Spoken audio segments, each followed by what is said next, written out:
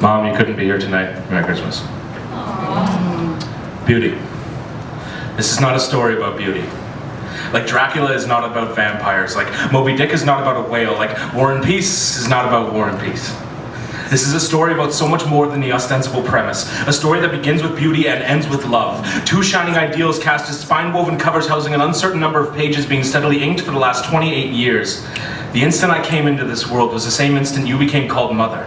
And while you've got years of experience before knowing yourself by that title, it's everything you've been in my eyes since they first opened, since you first got involved.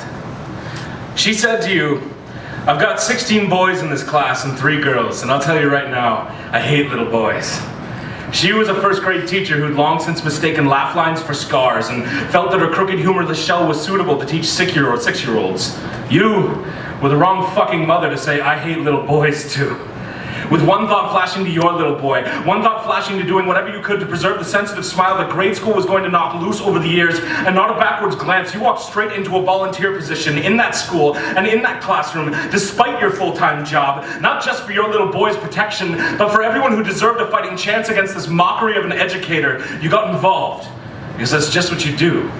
I've told enough stories about that school on these stages to illustrate a pretty traumatic imaging of a childhood, but what's remained unacknowledged is that standing at my back, with eyes watching over me, was the woman who helped me take those scars and pass them off as laugh lines. Because as dark as things got before I grew into my mind, you letting my light be snuffed completely was not an option, so you got involved.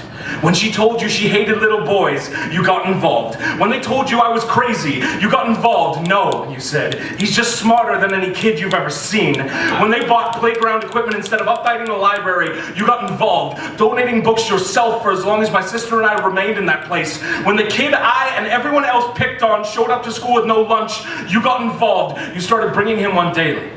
This is not a story about beauty. This is a story in which a beautiful person has done beautiful things, but this is so much more than our sensory understandings. Involvement at the level to which you took it stems only from the truest kind of love in human capability. Love is why you get involved. Love is why I survived. Love is the only word in any language suitable to describe exactly what kind of person you are. You gave me the lesson that it is worth giving yourself to shield anybody from the shit this world throws. You gave me the lesson that there is never a moment when you stop trying to improve the world around you. You gave me the lesson that when devils hold your arms down, you smile so wide that they back off in fear of having their throats bitten out.